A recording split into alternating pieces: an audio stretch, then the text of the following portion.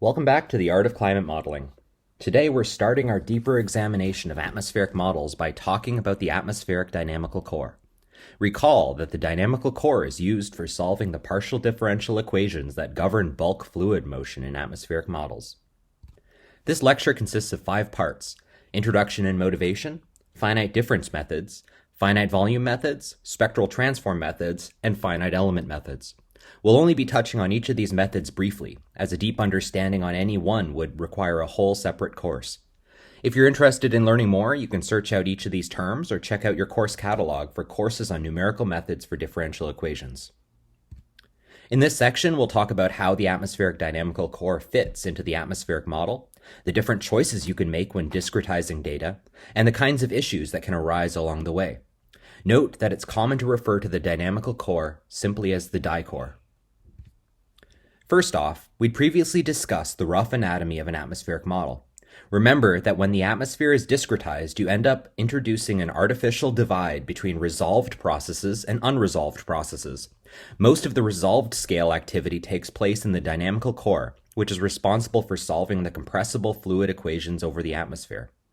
On the other hand, unresolved processes, and processes unrelated to dynamics, are handled by the physical parameterizations.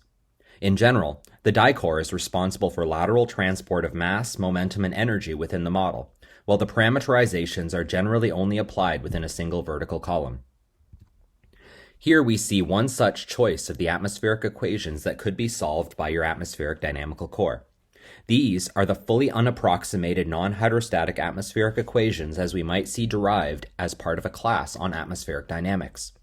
There are 3 dynamical variables corresponding to the 3 components of the velocity vector at each point, and 3 thermodynamical variables corresponding to the density, temperature, and pressure of the air. Additionally, we have various QIs which denote mixing ratios of particular substances. It's also common in global atmospheric modeling to use vertical pressure coordinates or hydrostatic mass coordinates, in which case the pressure is replaced with geopotential as a predicted variable. Nonetheless, there are some commonalities among basically any set of atmospheric equations. All of them consist of dynamical and thermodynamical fields. All of them have time derivatives, and all of them have space derivatives.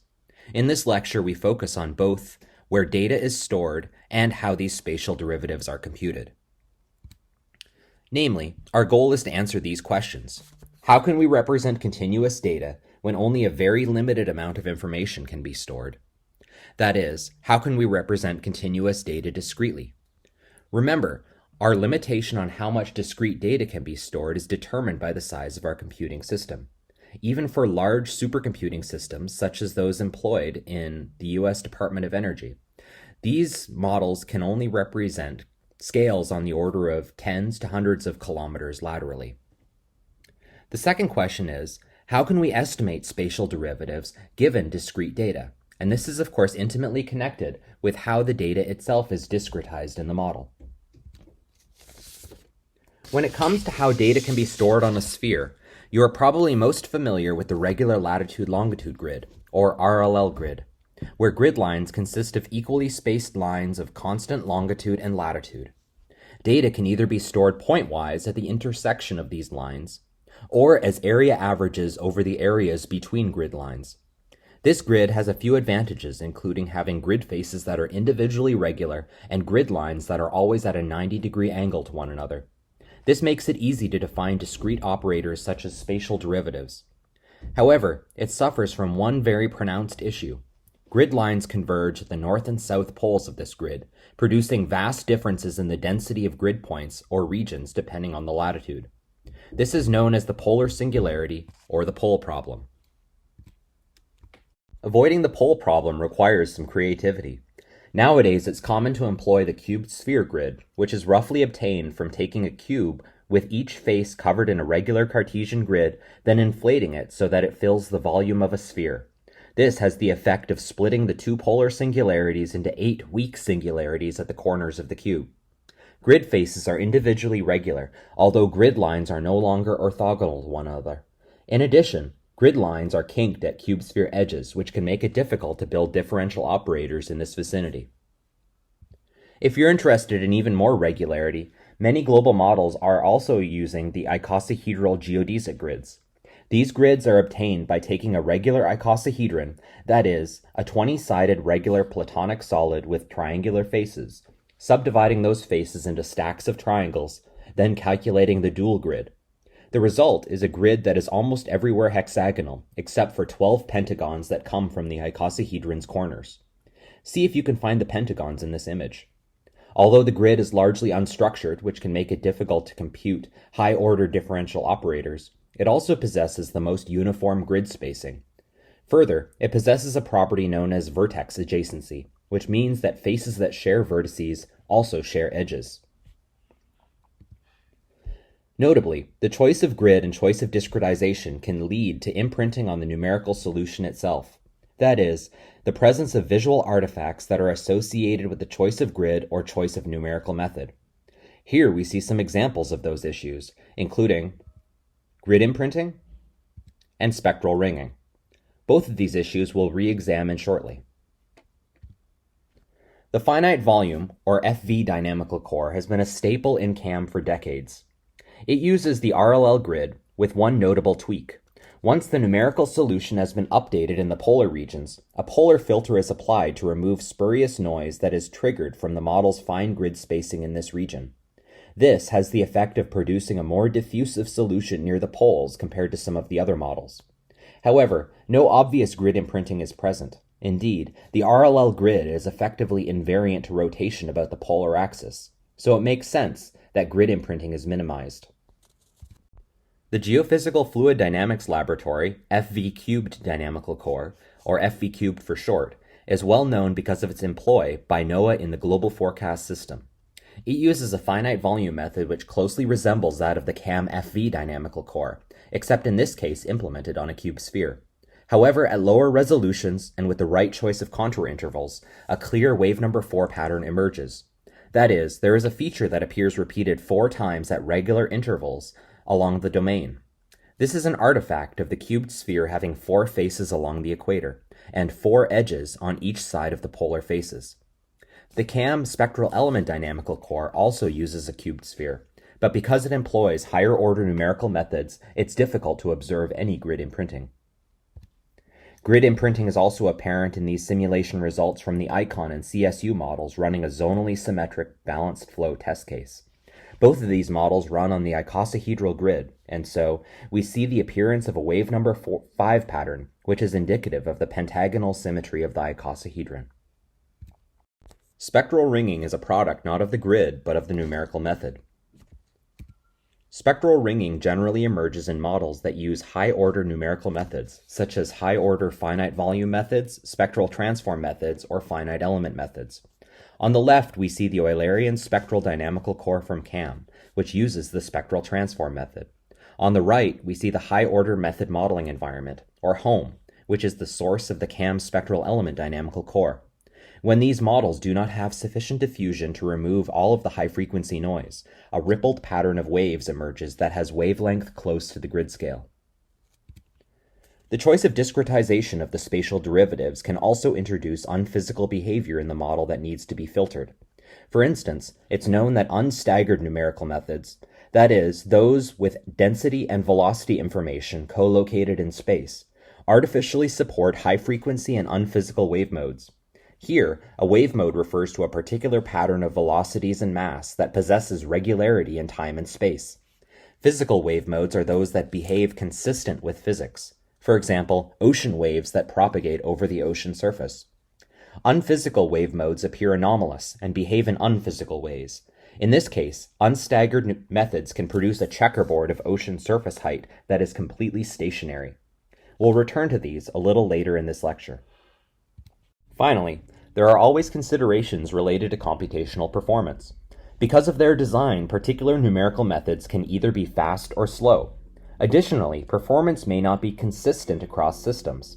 Some numerical methods may be fast when used on a small computer system with few processors, and relatively slow on a large computer system with many processors. Generally, methods that use global data, such as the spectral transform method, tend to perform more poorly as the size of the system increases. On the other hand, methods that use local data, so-called compact schemes, perform better on massively parallel computers. We'll tackle questions related to computational performance later in this course. Okay, now that we've chosen our grid, let's start looking at some of the different numerical methods we can use for solving the equations of motion. The first method we'll consider is the finite difference method. Here again, we see the non-hydrostatic atmospheric equations. The terms highlighted in blue here involve horizontal derivatives, and so they require that we use information in the neighborhood of each grid cell to be evaluated. We see horizontal derivatives of the pressure that are responsible for initiating motion of the fluid, horizontal derivatives in the viscosity term that are used for smoothing the fluid, a horizontal derivative in the continuity equation that governs the flux of mass, and a horizontal derivative in the material derivative, which is associated with Lagrangian advection. For simplicity, let's consider the horizontal advection equation, which is a self-contained equation containing both time and space derivatives. It can be written in Lagrangian form, as we see in the top left, or Eulerian form, as we see in the top right. In 1D, it looks like dq dt plus u dq dx equals 0. In this lecture, we'll consider discretizations of the u times dq dx term. Physically, the advection equation in Lagrangian form states that the mixing ratio of a particular substance, for example carbon dioxide, is conserved following a fluid parcel.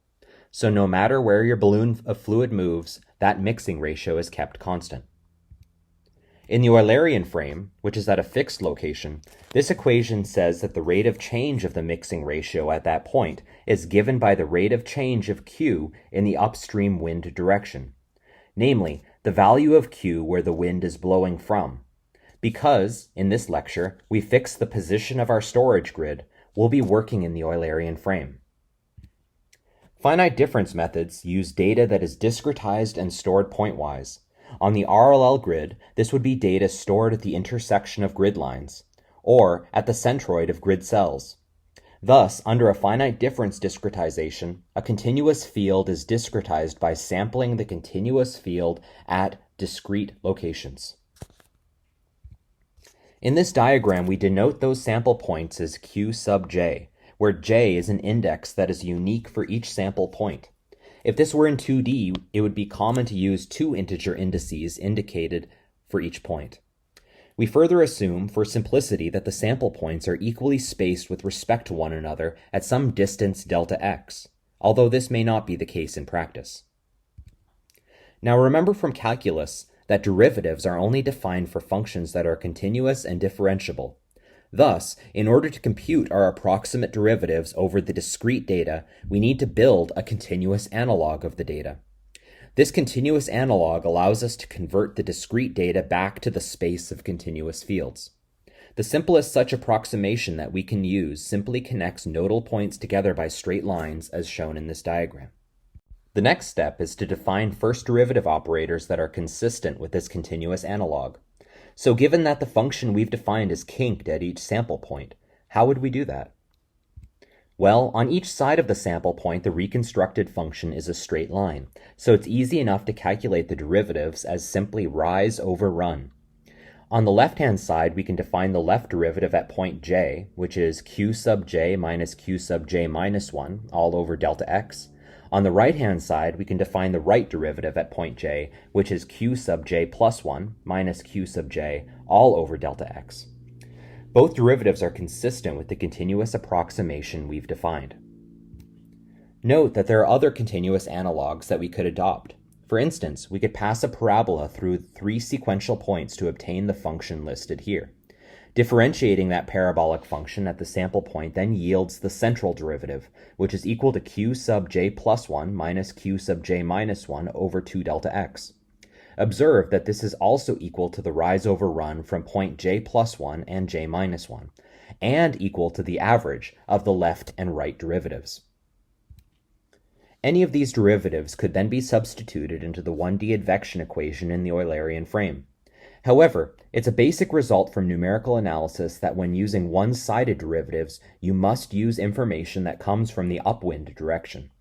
This means that depending on the sign of u sub j, one must use a different one-sided derivative. If u blows from left to right, then the left derivative must be used. If u blows from right to left, then the right derivative must be used. Let's consider a little bit more complicated example, namely the 1D linear shallow water equations, which describe small amplitude gravity waves in a shallow ocean basin. The predicted variables are the height perturbation h and the fluid flow velocity u. The two predictive equations for these quantities are shown here. The constants uppercase h and lowercase g refer to the average fluid height and the acceleration from gravity respectively. Again, in the finite difference context, the u and h fields are sampled pointwise to give u sub j and h sub j values. Note that we do not necessarily need to co-locate these sample points for u and h, but if we do, the discretization is referred to as an unstaggered discretization. Note that co-located velocity and height data is also referred to as an Arakawa A-grid configuration in the atmospheric sciences. With the co-located data, we can employ the central derivative for each of the horizontal derivatives in this equation, and so obtain a spatial discretization of the 1D linear shallow water equations. The result is the pair of equations shown here. Paired with an appropriate discretization for the time derivatives, we can then solve the equations in time. There's one issue that rises to the surface when using any sort of unstaggered method. As mentioned earlier in this lecture, unstaggered methods have computational modes which do not behave in a physical way. In this case, we observe that the central derivative operator cannot distinguish a constant field, as shown at the top, and a sawtooth field, as shown at the bottom. Thus, the sawtooth mode would also produce zero time derivative. Effectively, if the height field looked like a checkerboard over discrete points, this pattern would remain stationary and unperturbed. This problem could also be addressed through the use of numerical diffusion, which smooths out the solution through artificial mixing of adjacent grid points. However, that has the effect also of reducing the total amount of energy in the system. We'll discuss numerical diffusion in a later lecture. Other discretizations are possible, such as a staggered discretization, which places velocity points in between height points. Notationally, we can use integer half indices to indicate the location of velocity nodes. In 2D, the direct analog would be the Arakawa C-grid, depicted here. In this case, we can still use a central derivative, but one that is taken over adjacent points. For example, the u derivative used at h sub j would equal u sub j plus 1/2 minus u sub j minus 1/2 all over delta x. This leads to a tighter discretization overall, and thus one that tends to be more accurate than its unstaggered counterpart. This discretization is also not susceptible to the errors from the sawtooth mode. If checkerboarding were present, it would produce a non-zero height derivative in this case. As mentioned before, different models make different choices of discretization. The A-grid is advantageous for its simplicity and computational performance, but it can give rise to computational modes that need to be removed. This, nonetheless, is the choice of the CAM spectral element dynamical core and the high-resolution Japanese NICAM model. The C-grid staggers velocities in their respective coordinate directions and thus produces better numerical properties. This is the choice of the method for prediction across scales, or MPAS model, and the weather research and forecasting model, WRF. The D-grid staggers velocities in a manner that is more consistent with vorticity dynamics, and is used within the CAM FV and FV cubed models. Another choice of staggering is the B-grid, which places velocities diagonal to the density variable, but this has been shown to have very undesirable numerical properties, and thus is not widely employed. In summary, finite difference methods are easy to implement and generally easy to optimize. They can be more difficult to implement on irregular grids where data is not stored along coordinate lines. With finite difference methods, one needs to be careful to ensure conservation of, for instance, mass, which is not formally guaranteed by finite difference methods. We'll be looking next time at finite volume methods, which are similar to finite difference methods but do enable conservation. Finally, one needs to be careful about spurious wave behavior, which can arise because of your choice of grid and discretization. Alright, that wraps up our discussion for today. Next time, wrapping up the topic of horizontal discretizations, we'll talk more about advanced numerical methods.